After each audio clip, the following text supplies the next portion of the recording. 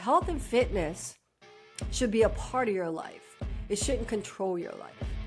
And we're all about, MED, minimal effective dose. What is the bare minimum that I can do to get the best results? And I've shared that with you before. Hey, welcome back to the Strong Beauty Method podcast. I am your host, Lydia Martinez, Ebling. And on this podcast, we dive into everything over 40 for women to be healthy, fit, strong, and confident in their own skin. Aging is inevitable, but aging poorly is not. It's a choice, right? So my goal is to help you thrive through it all. That really is my mission. So we've been talking about goals, okay? We're going into that part of the year to where we start setting some New Year's resolutions. And maybe you say, I don't set New Year's resolutions, but I do have some things I want to accomplish in this coming year when it comes to my health and my fitness. So we're talking about what's your go-to, laying the right foundation. What's go-to? Goals, obstacles, tools, tactics, and outcome. So talking about the go-to, like if you go back to the last episode, just before that, so you can do it in order, I talked about goals and obstacles. So in this session, let's talk about the tools, the tactics, and the outcome. What does that mean? And tools and tactics, what does that mean? It sounds, it's pretty simple, right? Maybe it's a food scale and it's a, body scale and it's, okay. It's the process. Thinking about the process. One of the things that I said, New Year's resolutions, people say that New Year's resolutions don't work, but they do. New Year's resolutions work if you truly figure out the process, what it is that you want, what are the obstacles that you need to overcome, and then what are the steps that you need to take, and understanding that you get to define those steps. Yes. What does that mean? It means that you don't have to be miserable. Yeah, are there certain things that you're going to need to do? Right? You're going to want to I'll get that out properly. You are going to want blah, blah, blah, blah, blah, blah. Let's rewind that. You're going to want to eat better, right? But what does that look like for you? You're going to want to move more, but what does that look like for you? Think about it.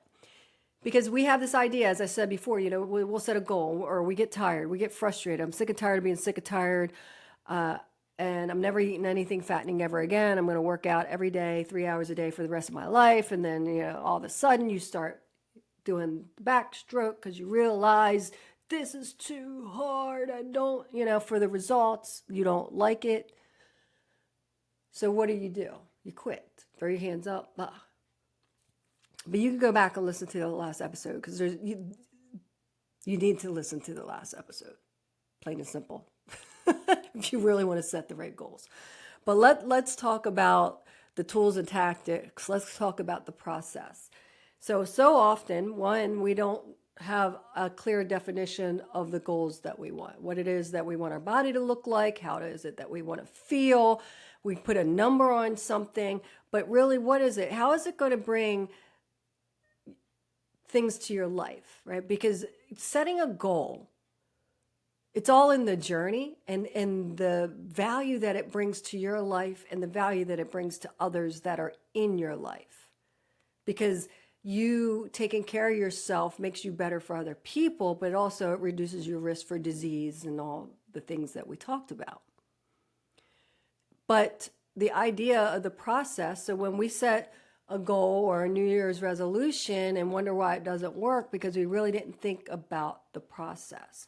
We didn't think about our negotiables and non-negotiables. We just say we jump into it and it's going to be hard and then we peter out because we're doing things that we really don't enjoy. Now, in the beginning, there might be things that can be a little bit frustrating, can be a little bit overwhelming, feel cumbersome because it's all new to you. But you don't have to be miserable to get the results. Small, manageable changes in the right direction will yield huge results. Perfect example. We have our Hormone Reset 101 guide. And it's a completely free 14-day guide, little mini course that I put with it. Every day you'll get an email, and I have modules, little videos for you to watch, and we got a community. Why am I telling you this? Because we had a young lady, I did about a week ago, I did a workshop for our women that are in our Hormone Reset Club. And it was a special workshop that I did. And one of the individuals, her name is Kara, and she was in there. And she goes, I started with the guide, and over 5 months, I dropped 45 pounds. What? Not only that, she dropped 45 pounds. She, her plantar fasciitis was, resolving where it wasn't bothering her as much. She had to wear a boot, I believe she said. Her inflammation was going down. That's proof right there, because she just did the basic steps. They're in the guide. It's not rocket science. And she lost 45 pounds. So small, manageable changes in the right direction yield huge results. Now she wants to take it to the next level. That's why she's in our club. She wants more accountability. But anyway, why am I sharing that with you? Is that you don't have to be miserable to get the results. Figure out what it is that you want. Remember, I said everything is figure outable. So figure out what it is that you truly want. When the why is right, the how will come. Then decide what are your negotiables and non-negotiables. What are you willing to do and not willing to do? I'm not willing to work out every day for an hour in the gym. I'm not willing to eat fish. Whatever it might be. I'm just giving you examples. I'm not willing to eat anything green, which is, I've been told that before. It's kind of ridiculous. But if that's your non-negotiable, then that's your non-negotiable. I'm not willing to give up pizza night on Fridays with my family. I'm not willing to give up bowling with my league where I have pizza and beer on Tuesday nights. You can actually accomplish the results that you're looking to achieve. You get to determine your level of commitment. See, so many people often think that when it comes to health and fitness, as I already shared with you, that it has to be really hard. It has to be really rigorous. It has to be really, really painful. And it doesn't. Do you have to have certain things in place? Should you be eating 80% whole foods, 20% crap? Yeah, would it be better if you did 100% all whole foods and zero crap? Yeah. But is it realistic? No. That one of the things that Ryan will always say, health and fitness should be a part of your life. It shouldn't control your life. And we're all about, MED, minimal effective dose. What is the bare minimum that I can do to get the best results? And I've shared that with you before. So you get to determine what are the tools, what are the tactics, what are the actions that you're willing to take and what aren't you willing to take. Perfect example, I said, I'm not going to eat seafood. I don't like seafood. Although, like salmon, man, it's really good for you because of the omega-3 fatty acids that are in it. But I do not like the smell of it. I don't even like the look of it. I don't like seafood. I have an aversion to seafood. It's the texture. And I come from Maryland, and we're big on our seafood. I do crabs here and there, but even that, it's like, like my friends being in Maryland, like they will eat bushels of crabs. I'll do like one or two because it's just like I get my fill. So it's a texture thing, smell thing. Don't like it. Why am I telling you that? Because I'm not going to, even though I know like certain fish that are really healthy for you, salmon is really good for you. Certain white fish is really good for you because it's a good source of protein. It's easily digestible in your system. I'm not going to eat it. It's just not going to happen. But I know I need an omega-3. So what do? I take a supplement. Everything is figure outable. I'm not going to eat ground beef because I don't like the texture. There's just certain things majority of things that I don't eat, it's because I don't like the texture. So if you're a texture person, I get you. So figure that out. What is it that you're not willing to do? And then what is it that you're willing to do? What are you willing to shift? What are you willing to try? Maybe you don't like the idea of tracking and submitting all your food into a food app, but you're willing to start because you want to get X results. Don't like the idea of working out or going into the gym, but you know, in order for you to get the results that you want, what part are you willing to do? Are you willing to, maybe you don't want a gym membership because you don't want to go into the gym because you have gym phobia.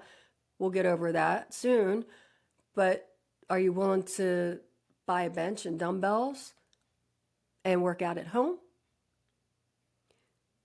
See, it's that simple. Figuring out, you get to design your healthy, fit lifestyle. And as you start to implement these things in order to get the results, your outcome, the measure, monitor, and adjust. Because the more you do, the more you do. The less you do, the less you do. One of the things I said, your definition of healthy and my definition of healthy is two different things. It doesn't mean that mine's better. I'm just on a different part of the journey. So as you start to go through the journey, your commitment and involvement will change. Going back to the process, what are you willing to do? What aren't you willing to do? What are your negotiables, non-negotiables? And then what the tools and tactics, what else do you need? What do you need in your environment in order to be successful with your goals? What is it that you need to clean up in your environment? One of the things that I shared with you, I said, messy environment, messy mind. And even in your mind, often what we find when women continually sabotage themselves is because they have something in their environment that they need to fix, that they need to clean up. Maybe it's past trauma that they haven't addressed. Maybe it's relationships that they're in, stressful situations that they're putting themselves in. So that will cause us not to follow through and sabotage yourself. But that's a whole nother conversation. But think about that. What do you need in your environment? You're going to need like a food scale. You're going to need a body scale. You're going to need a measuring tape. You're going to need to make sure those people in your environment are on board with you. What do I mean? It doesn't mean that they have to eat the way that you eat. But there's going to have to be some negotiating happening. Because some women say, I'm not cooking 2 meals. And then some of you are like, well, I have to do this for them. I'm not that woman. Trust me. See, Rye does breakfast when we break our fast. He does breakfast. I cook dinner, but I am not the Betty Crocker of, housekeeping. So when I feel that like I need to do a cleanse and Rye doesn't want to do a cleanse, or if I feel like I need to fast, do a prolonged fast, so I'm not eating at all, I don't worry about whether Rye does it with me or not. I don't care. But I do get him on board in the sense of you're going to have to fix your own food. You're either going to do a cleanse with me or you're going to be fixing your food. That type of thing. So getting your family on board, not so they can do it with you, but so they don't get in your way. You've heard it said before, lead, follow, or step aside. That's all. Lead, follow, or step aside. This is what's going to be happening in this environment now, because this is my goal and I need your support. And how you support me is by not getting in my way. But maybe some of them want to do it with you. Maybe they do support you by cooking meals, where we do have spouses like that they're totally on board. They may not want to eat the way that you're eating at this given moment, but they're willing to help you because they love you and you ask for help. You had that conversation. So those are tools and tactics. So looking, what it is that you need. Everything is figure outable. Do you need a gym membership? Do you need gym equipment? Do you need to just start stretching? Do you need to start going to the chiropractor because of your spine? Do you need to go regular massage? Do you need to do something for your lymphatic system? You know, all of these different things. Do you need to budget for a meal program because you don't have time to cook? Or is it that you need to schedule time to meal prep? I mean, you get to figure it out. Like I said, everything is figure outable, but you got to figure out what it is that you're willing to do, not willing to do, and then what do you need to do it? Who do you need on board to help you? Do you need accountability? Do you need to be in the right community? I mean, that's why we do what we do. And then thinking about the outcome. Your outcome is the result, okay? But always measure, monitoring, and adjusting. So, because it's not really about the result. I want you to be married to the process and not necessarily the result. Because you cannot determine how quickly your body will respond to the positive things that you're doing. But just like Kara, small manageable changes in the right direction will yield huge results. She lost 45 pounds in 5 months. What? Doing the basics. But always looking at the process and just being focused on the things that you need to do and measure, monitor, and adjust. Because you're always getting a result. It might not be the result that you want at this given time, but you're getting a result. And if you've set up the proper plan, then you're able to look at your outcome and one of the things I talked about, every 4 weeks of doing that measure, monitoring, and adjusting. If you're not getting the results that necessarily that you think you should at this given time, then start looking at everything.